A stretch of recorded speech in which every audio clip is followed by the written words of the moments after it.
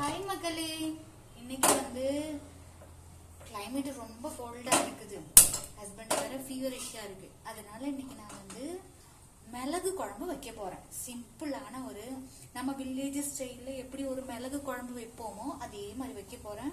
மக்களே, நான் சொல்ற இன்கிரீடியன்ஸ் மட்டும் நீங்க போட்டு வைங்களேன், ஒரு நல்ல ஒரு டேஸ்ட் கிடைக்கும். சிம்பிளா இருந்தாலும் அந்த மிளகோட வாசனையோட நமக்கு வந்து குழம்பு கண்டிப்பா கிடைக்கும்.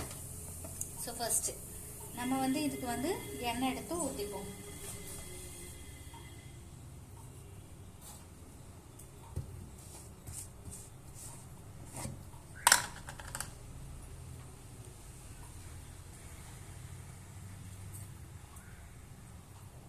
ஸோ தேவையான அளவு எண்ணெய் எடுத்து ஊற்றிப்போம்.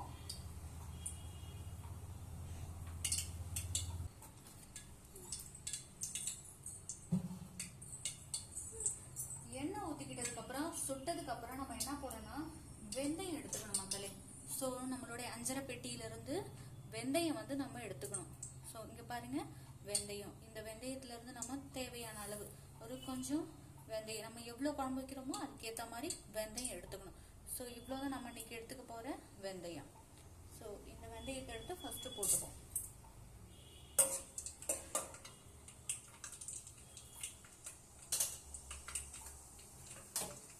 வெந்தயம் கொஞ்சம் பொரிஞ்ச உடனே வெங்காயம், நறுக்கி வச்ச வெங்காயம் எடுத்து நம்ம போட்டுக்க வேண்டியதுதான். ஸோ நறுக்கி வச்ச வெங்காயம், கருவேப்பிலை, தக்காளி எடுத்திருக்கேன்.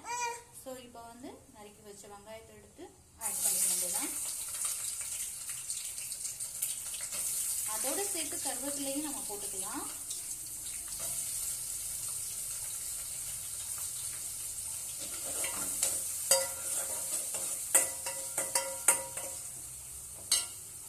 நல்லா ஃப்ரை ஆகட்டும்.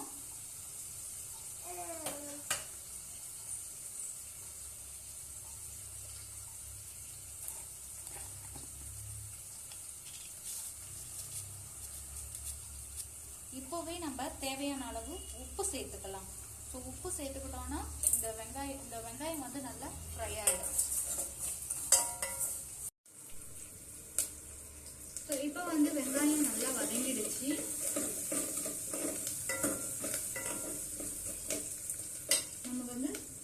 வந்து ஆட் பண்ணிக்கலாம். நறுக்கி வச்சு தக்காளி எடுத்து ஆட் பண்ணிக்கலாம்.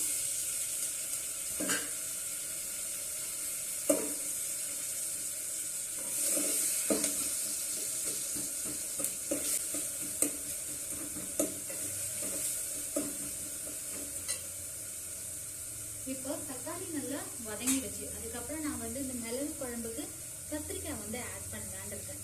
ஸோ இந்த கத்திரிக்காவை எடுத்து போட்டு இதையும் வந்து நல்லா வதக்கிக்கணும்.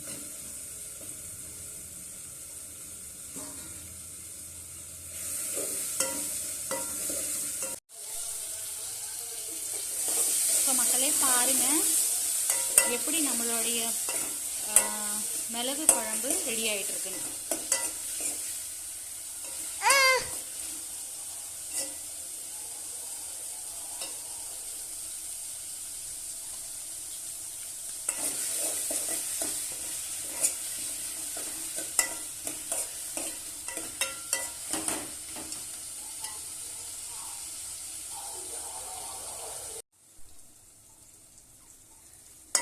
இப்போ வந்து பார்க்கும்போது கத்திரிக்காய் ஆல்மோஸ்ட் நல்ல ஃப்ரை ஆயிருக்குது. இதுக்கப்புறமா வந்து நம்ம வந்து மிளகாத்தூள், மல்லித்தூள், மஞ்சத்தூள், அப்புறமேட்டுக்கு வந்து பெப்பர் பவுடரை ஆட் பண்ணிக்கணும். ஸோ ஃபர்ஸ்ட் வந்து மல்லித்தூள் எடுத்துப்போம். தேவையான அளவு மல்லித்தூள். இப்போ நம்ம எவ்வளோ குழம்பு வைக்க போறோமோ அதை பொறுத்து மல்லித்தூள். அதுக்கப்புறமா கொஞ்சமா நம்ம மிளகாத்தூள் போட்டுக்கிட்டாவே போதும். ஏன்னா இங்க வந்து நம்ம பெப்பர் ஆட் பண்ண போறதுனால கொஞ்சமா மிளகாத்தூள் போட்டுக்கிட்டா போதும். அதுக்கப்புறமா நம்ம வந்து இந்த மிளகு பொடி எடுத்து போட்டுப்போம். நான் வீட்டிலேயே வந்து ரெடி பண்ணி வச்சிருக்கேன். மிளகு, இல்லை பெருஞ்சீரகம், கொஞ்சம் நச்சீரகம் போட்டு நல்லா பவுடர் ஆக்கி வச்சிருக்கேன். இதை வந்து நல்லா சேர்த்துக்கோங்க. நம்மளுடைய காரத்துக்கு ஏற்ற அளவுக்கு நல்லா சேர்த்துக்கோங்க. இதுதான் வந்து நமக்கு மெயினாக ஃப்ளேவர் கொடுக்க போகிற டிஷ். நம்ம வந்து செய்ய போகிறது இன்றைக்கி வந்து பெப்பர் கறி. அதனால் வந்து பெப்பர் தான் நல்லா ஸ்ட்ராங்காக இருக்கணும், அந்த ஸ்மெல் நல்லா கொடுக்கணும் நமக்கு. அந்த வாசனையில் தான் நம்ம இன்றைக்கி சாப்பிட போகிறோம். ஸோ நல்லா வதக்கிக்குவோங்க. அடுத்ததாக நம்ம வந்து புளி வந்து ஊற வச்சுக்கிட்டோம். ஸோ இவ்வளோதான் மக்களே, புளி கொஞ்சமாக எடுத்துக்கிட்டால் போதும். நமக்கு புளி டேஸ்ட்டு கிடைக்கக்கூடாது. இன்னொன்று புளி வந்து உடம்புக்கு நல்லதில் அதிகமாக ஆட் பண்ணிக்கிட்டோம். ஸோ கொஞ்சமாக வந்து நம்ம எடுத்துக்கிட்டோம். இந்த புளியை வந்து எடுத்து ஆட் பண்ணிக்க வேண்டியதான்.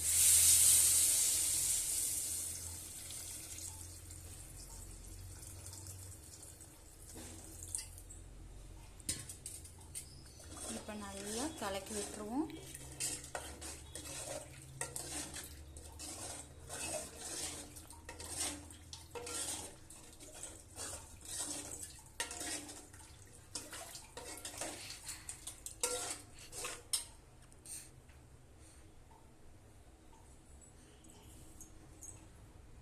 ஸோ கலக்கி விட்டதுக்கப்புறம் மூடி வச்சுருவோம் மக்களே. இது ஒரு அரை மணி நேரம் நல்லா கொதிக்கணும்.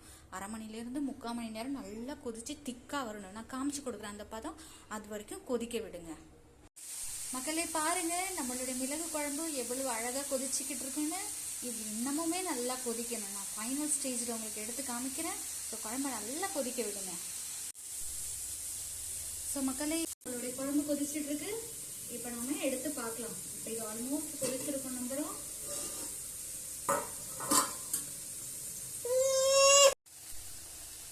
ஸோ மக்களே பாருங்க நம்மளுடைய குழம்பு எவ்வளோ அழகாக கொதிச்சிட்டு இருக்குன்னு. கிண்டி பார்க்கும்போது நல்லா திக்காக வருது பாருங்க. ஸோ இந்த அளவுக்கு இருக்கணும் குழம்பு.